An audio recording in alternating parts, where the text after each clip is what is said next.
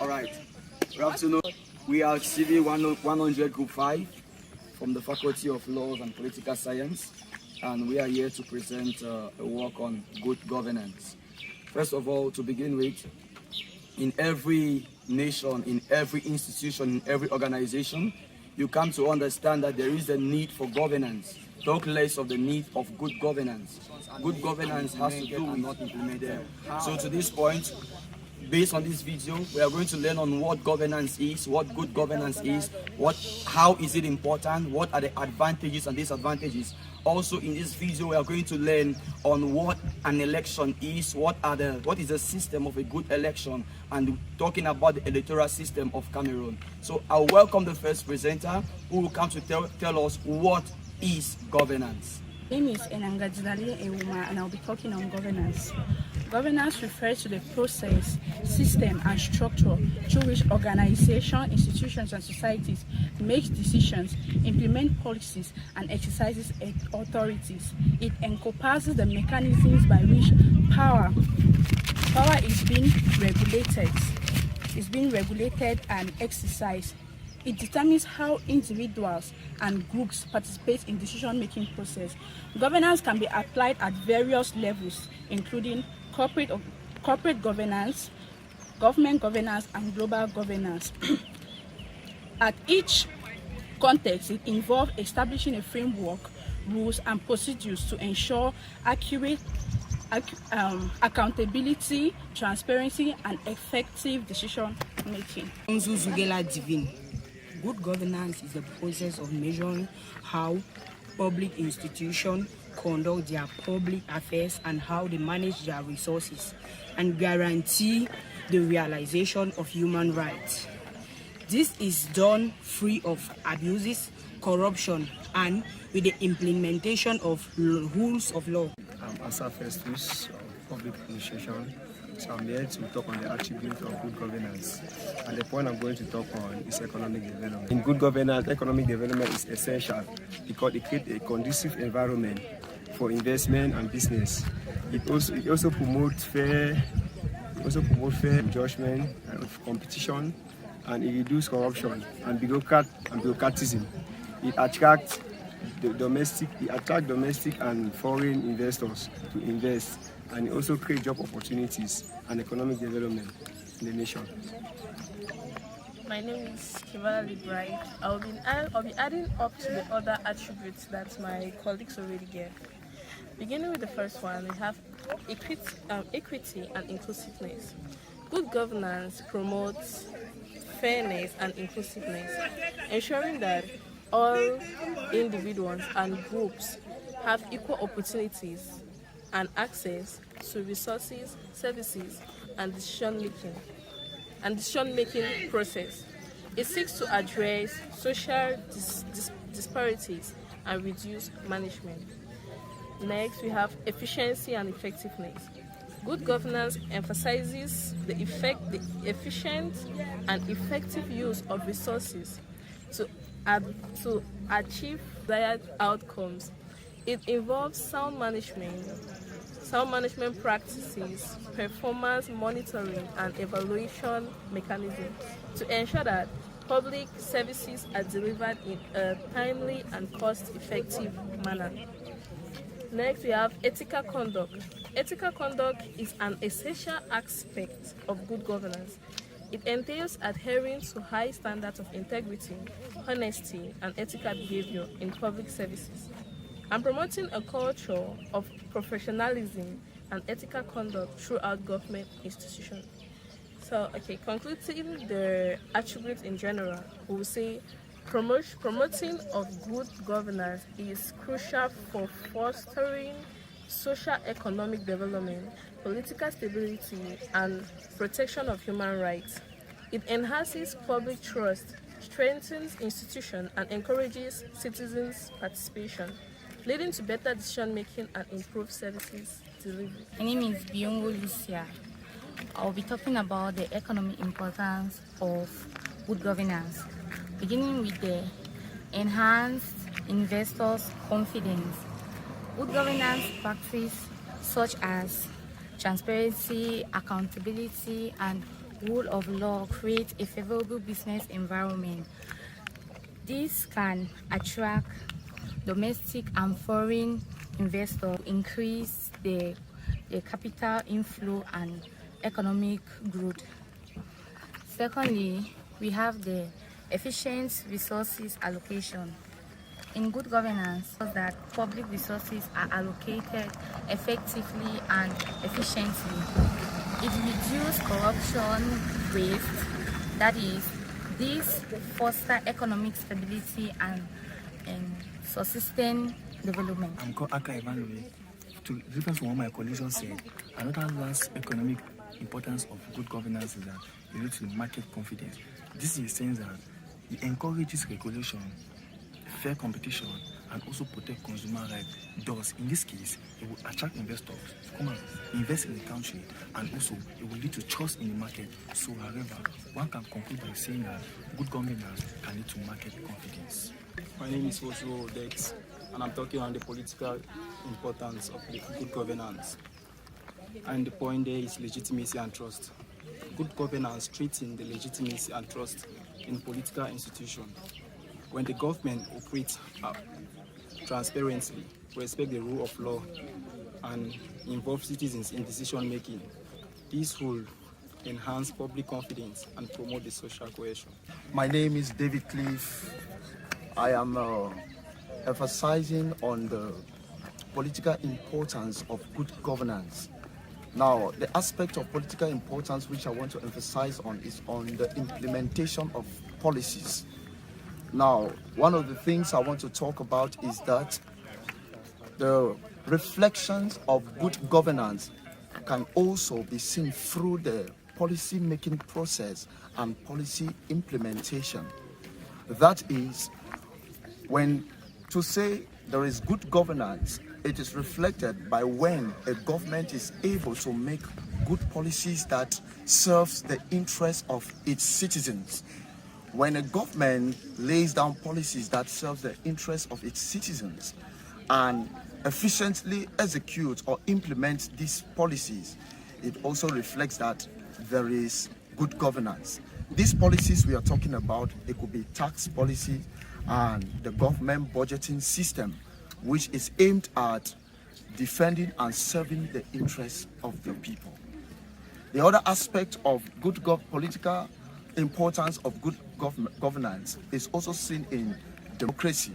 That is, when there is the respect for democratic values such as freedom of speech, such as serving the interests of the people, such as freedom of public participation into political activities and into governmental system. It is also a reflection of good governance. In a nutshell, good governance is also reflected through the mechanisms of policy making, policy implementation, and democracy. Thank you. I'm Cheke Beldin Zoe. I'm here to talk about the importance of social importance of good governance. It engages civics engagement and power.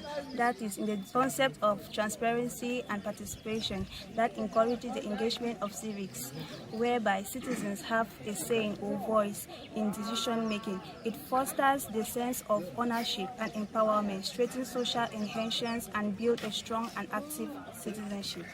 Hello, my name is Father Collins. I would like to talk on the social importance of good governance under the thread of equity and social justice. So, before diving into the subject matter, it is important to note that in any crisis in the world and riot, conflict in the world is as a result of a bad governance or a failed state. So what then is a failed state? The failed state is a state which has failed to govern its people, or which has lost its political power.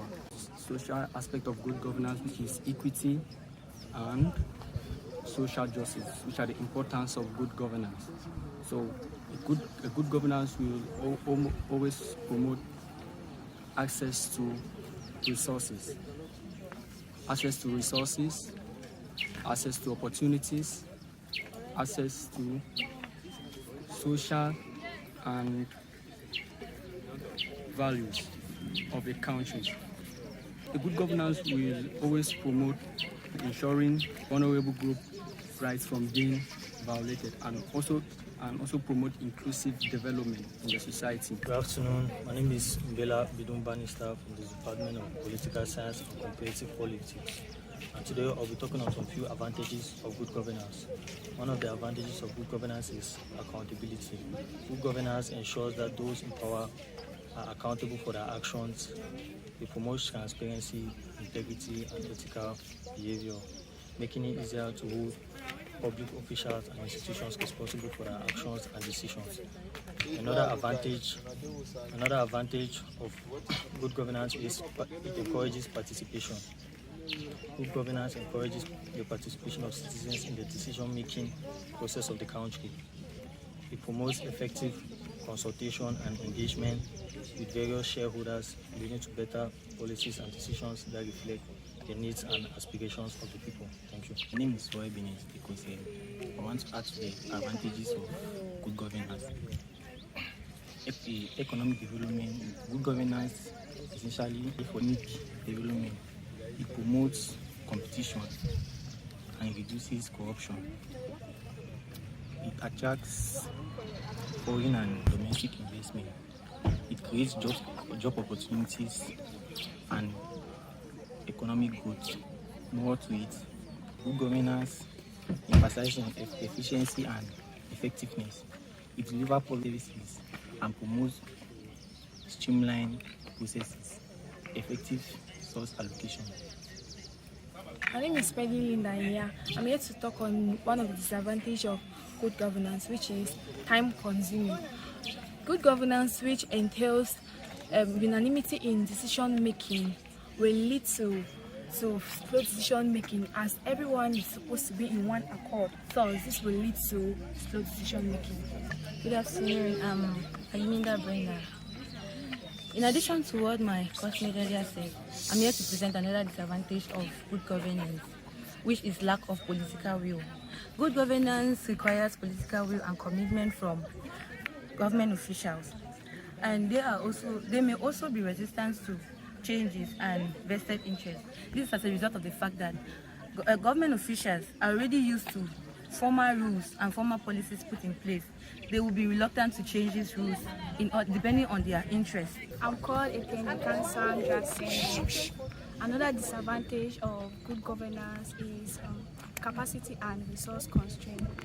Achieving good governance requires adequate capacity and resources.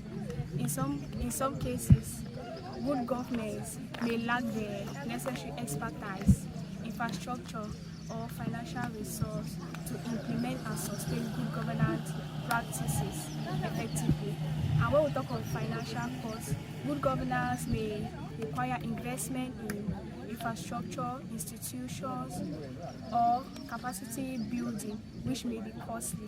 I will continue on the path of disadvantages. Good governance often involves complete processes to ensure transparency and accountability. This can result in increased bureaucracy and administrative burdens, which may slow down decision mainly and implementations. Thank you. Hi, I'm called Adam Asong Foretia. I will be talking on the last disadvantage of good governance, which is resistance to change. Good governance may face resistance from corrupt individuals and people who are benefiting from the existing system. That is to say that implementing reforms that will lead to good governance becomes challenging because of this vested interest from people who benefit from the system. Thank you. So now we come to understand that in as much as there is governance and there is good governance, a good system cannot exist without the issue of transparency and without a good electoral system. And you come to understand that countries go into conflict because of bad governance, and countries, they grow their economy because of good governance. So we cannot do without the good governance. So from here we'll be talking about election and electoral system. What is election? What's an electoral system? Why ELECAM, and how does ELECAM functions? So from here I'll be calling the first person that will be talking on what is election. My name is Henry Yunga. I'm here to talk on what is an election. Now, an election is a process where people, representative voters, they cast their vote in order to make a decision on whom to represent them. Now, an election can be regional, an election can be national. It depends on the area where the vote is being taking place and what the people want as per time. So you come to understand that even in Cameroon, there is an electoral system which is called Elecam. When you go out of the country in different parts of the world, in Africa, even in the United States of America, you come to understand that there is the electoral system and the electoral process. So I would like us to go deep by talking on what are the attributes of election. I go by the name Brenda Tells Array, and I'll be talking about electoral system.